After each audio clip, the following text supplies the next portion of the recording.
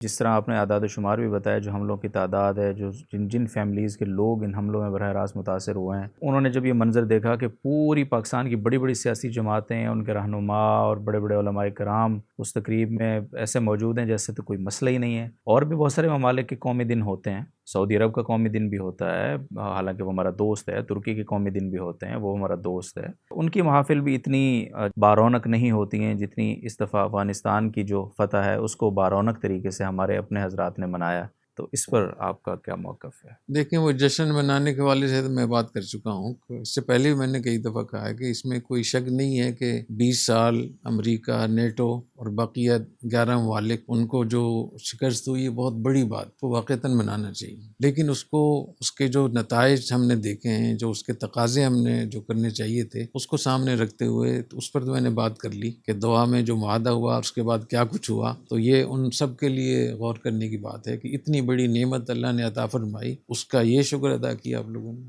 باقی جہاں تک ہمارے حضرات کا سفارت خانے میں جمع ہونا، تو عام طور پہ جب سفارت خانے کسی کو بلاتے ہیں تو لوگ چلے جاتے ہیں، اس حد تک تو میں سمجھتا ہوں کوئی مسئلہ نہیں ہے۔ اگر کوئی سفارت خانہ بلاتا ہے تو سفارتکاری میں سب چیزیں چلتی ہیں، ملنا ملانا بھی ہوتا ہے، مبارکبادیں بھی ہوتی ہیں، لیکن پاکستان اور افغانستان کے موجودہ تعلقات میں جو میں نے ابھی تفصیل بتائی ہے کہ اتنے بڑے پیمانے پر قتل عام ہوا ہے پاکستانیوں کا، مسلمانوں کا، علماء کا، عبادت گاہوں کا، مساجد کا، اور اتنے بڑے پیمانے پر وہاں سے حملے ہو رہے ہیں۔ باقاعدہ پاکستان ایک جنگ سے گزر رہا ہے، اور جتنے بھی ایسے ذرائع ہو سکتے ہیں جس سے پاکستان کو نقصان پہنچایا جا سکتا ہے، اس میں جتنے بھی عسکری گروپ ہیں اور وہ جو عسکری گروپوں کی سیاسی ونگ ہے، جیسے بی ایل اے ہے مثال کے طور پر، تو بی وائی سی یہ بی ایل اے کی ایک سیاسی ونگ ہے، اور بی وائی سی کی بی ایل اے ایک عسکری ونگ ہے۔ تو اتنے حالات میں اگر آپ اس کو نارمل طریقے سے لیں گے، اور اتنے سارے علماء کرام، میں صرف ایک سیاسی مذہبی جماعت کی بات نہیں کر رہا، دونوں بڑی سیاسی مذہبی جماعتوں کے قائدین اور جتنے اور یہاں مذہبی جماعتیں ہیں، اسلامی تحریکیں ہیں، ان کے جتنے سربراہان تھے وہ سارے کے سارے وہاں اکٹھے ہوئے، اور وہاں آ کر انہوں نے اس کو انجوائے کیا، اور نہ انہوں نے وہاں کوئی کلمہ حق کا، جو کہتے ہیں کہ کلمہ حق کہنا چاہیے، کم از کم ان کو ایک مشورہ تو دے دیتے کہ دونوں ملکوں کے تعلقات جب بہتر ہوں گے جب کہ آپ اس دراندازی کو بند کریں گے، اور جس بڑے پیمانے پر وہاں سے مداخلت ہو رہی ہے، وہاں سے حملے ہو رہے ہیں، اور جتنے بڑے پیمانے پر دنیا اس کی تصدیق کر رہی ہے، ویڈیوز آ رہی ہیں، شواہد آ رہی ہیں، اور یہ علماء خود جو وہاں گئے ہوئے تھے، ان سب نے مفتی نور ولی سے، گل بہادر سے، اور ان سب لوگوں سے باقاعدہ بار بار ملاقاتیں کی ہیں، صدارتی محل میں، کابل میں، قندھار میں۔ کم از کم ان حضرات کو وہاں یہ کہنا چاہیے تھا۔ مجھے اس بات کا گلہ ہے، مجھے اس بات سمجھ میں نہیں آ رہی، میں نے کافی اس پہ دیکھا کہ کسی میں کوئی میں تعویل کروں، مجھے اس کی کوئی تعویل سمجھ میں نہیں آتی۔ وہاں جا کر ان کو کم از کم مبارکباد کے ساتھ ساتھ ان کو مشورہ دینا چاہیے تھا کہ دونوں ملکوں کے تعلقات جب ٹھیک ہوں گے جب کہ آپ بھی کریں، آپ بھی اپنا زمین کو آپ استعمال نہ ہونے دیں، اور اگر وہاں کسی مصلحت کی خاطر یہ خاموش ہو گئے تھے، واپس آ کر کم از کم ان کو بتانا چاہیے کہ ہم اپنی فوج کے ساتھ کھڑے ہیں، ہم اپنے ملک کے ساتھ کھڑے ہیں، پاکستانیوں کا خون جو بھی بہائے گا ہم اس کے ساتھ نہیں ہوں گے، اور ہم اس کو ناجائز اور حرام سمجھتے ہیں، کسی بھی درجے میں ہم ان کے ساتھ نہیں ہیں، ان گروپوں کے ساتھ جو پاکستان میں لڑ رہے ہیں۔ اور وہ لوگ جو پاکستان کی فوج کی، پاکستان کے اس نظام کو طاغوت کہتے ہیں، تکفیر کرتے ہیں، فوج کو مرتد کہتے ہیں، وہ تو خوارج ہیں۔ تو کیا خوارج کے ساتھ، جو لوگ خوارج کو اتنے بڑے پیمانے پر سپورٹ کر رہے ہوں، ان کے ساتھ اس طریقے کے دوستانہ تعلقات یہ شرعاً ٹھیک ہیں؟ تو میں یہ عرض کر رہا تھا کہ جو تکفیر کرتے ہیں وہ خوارج ہیں، اور جو تکفیر نہیں کرتے وہ باغی ہیں، وہ معتزلی ہیں۔ اہل سنت والجماعت کے نزدیک تو اس کی اجازت ہی نہیں ہے کہ آپ دارالاسلام میں، ایک اسلامی مملکت میں، آپ ہتھیار اٹھا کر کسی بھی عنوان سے آپ بغاوت کریں، یا کسی مذہب کے نام پہ لوگوں کو ماریں، قتل کریں، حکومت کو گرائیں۔ تو یہ شرعاً یہ بغاوت ہے، یا خروج ہے، اور یہ خوارج ہیں، اور یہ باغی ہیں، اور یا محاربین ہیں، مفسدین ہیں۔ ان الذین یحاربون اللہ ورسولہ ویسعون فی الارض فسادا۔ اور جو میں نے اعداد و شمار بتائے ہیں ان کی تصدیق بھی کر سکتے ہیں، اور ٹی ٹی پی کے اپنے جو ہر مہینے ان کے جو اعداد و شمار جاری ہوتے ہیں اس کو جا کر دیکھ لیں، وہ تو اتنے زیادہ ہیں کہ وہ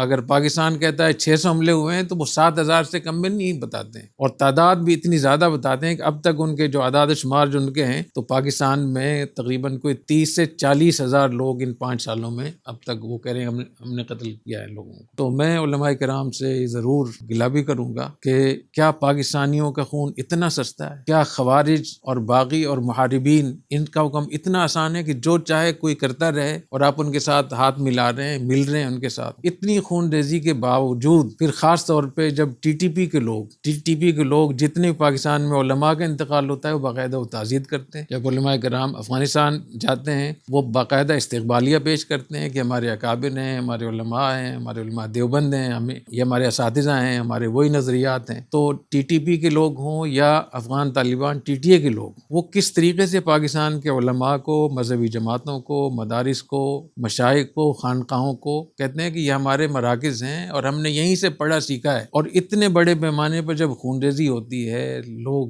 کس طریقے سے قتل ہو رہے ہیں، برباد ہو رہے ہیں اور جنازے اٹھ رہے ہیں، تو وہ جن لوگ گھروں سے جنازے اٹھے ہیں انہوں نے اس منظر کو دیکھ کر کیا سوچا ہوگا کہ ہمارے علماء کرام کو، ہمارے مذہبی جماعتوں کو اس کا احساس نہیں ہے. تو اس لیے میں یہ سمجھتا ہوں کہ اس کی ضرور ان حضرات کو تردید کرنی چاہیے. میں کہہ رہا ہوں ٹھیک ہے آپ کے شاگرد ہیں، ہمارے بھی شاگرد ہیں اور میرے زیادہ شاگرد ہیں آپ کی بنسبت، میری زیادہ خدمات ہیں، میں زیادہ، اور جس دن وہ اپنی ان حرکتوں سے باز آ گئے سب سے پہلے میں ان کا ماتھا چوموں گا، سب سے پہلے میں جاؤں گا ان کی خدمت کرنے کے لیے. لیکن مجھے حق اور باطل کو اس طریقے سے اس کو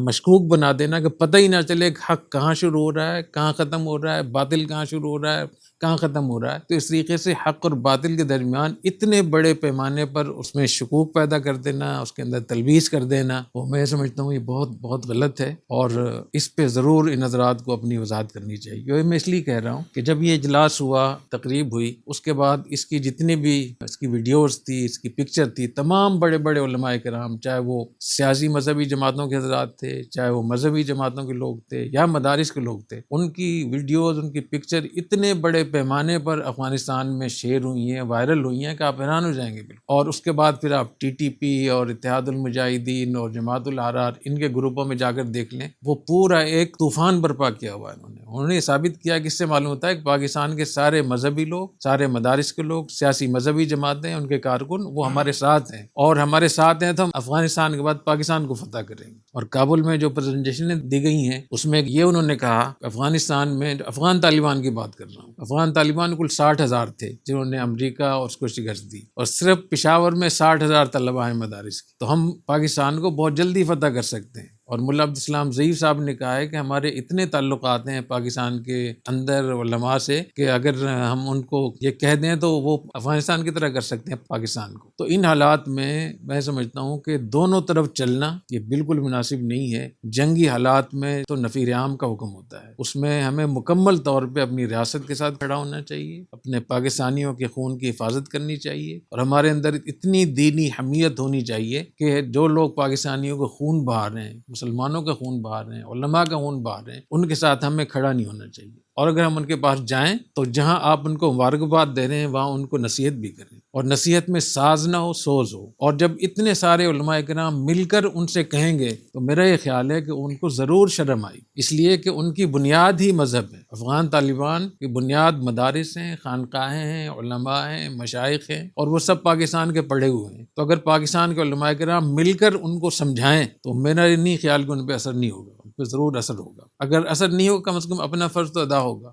اس لیے ان حالات میں سمجھتا ہوں جو حضرات گئے تھے، اچھا میں نے کسی ایک مولانا صاحب سے پوچھا، خود میں نے، جو حضرات وہاں گئے تھے، میں نے کہا یہ آپ حضرات وہاں گئے تھے تو آپ لوگ ان کو نصیحت کر دیتے کہ ان کو بات کر لیتے کہ کم از کم، یا واپس آ کر کم از کم آپ لوگ کوئی وضاحتی بیان جاری کر دیتے کہ اس کا مطلب یہ نہیں ہے کہ ہم پاکستان میں قتل عام کے قائل ہیں یا ہم ٹی ٹی پی کو سپورٹ کرتے ہیں یا افغانستان کی اس پالیسی کو ہم مانتے ہیں. انہوں نے کہا کہ استاد صاحب ہمارا دھیان ہی نہیں گیا اس طرح. تو مجھے اتنا اس پہ تعجب ہوا، اور وہ بڑی سطح کے آدمی ہیں، اور خاص طور پہ جو جہادی اور عسکری تنظیموں کے قائدین وہ بھی سارے موجود تھے وہاں. تو اس کا مطلب ہے کہ آپ ان مدارس کے طلباء کو، نوجوانوں کو، مذہبی کارکنوں کو کس راستے پہ آپ لے کر جا رہے ہیں. تو انہوں نے کہا کہ مجھے ہمیں اس طرف دھیان نہیں، ہم تو ویسے ہی چلے گئے تھے. تو مطلب ہے کہ اس ریاست پاکستان جس کے اندر آپ رہ رہے ہیں اس کی سلامتی کی کوئی فکر نہیں. آپ افغانستان کی فکر ہے، پاکستان کی فکر نہیں ہے. اور ایک خون، فرمایا کہ لو ان اہل السماوات وعلی الارض اجتمعوا علی قتل رجل مسلم لأکبہم اللہ فی النار.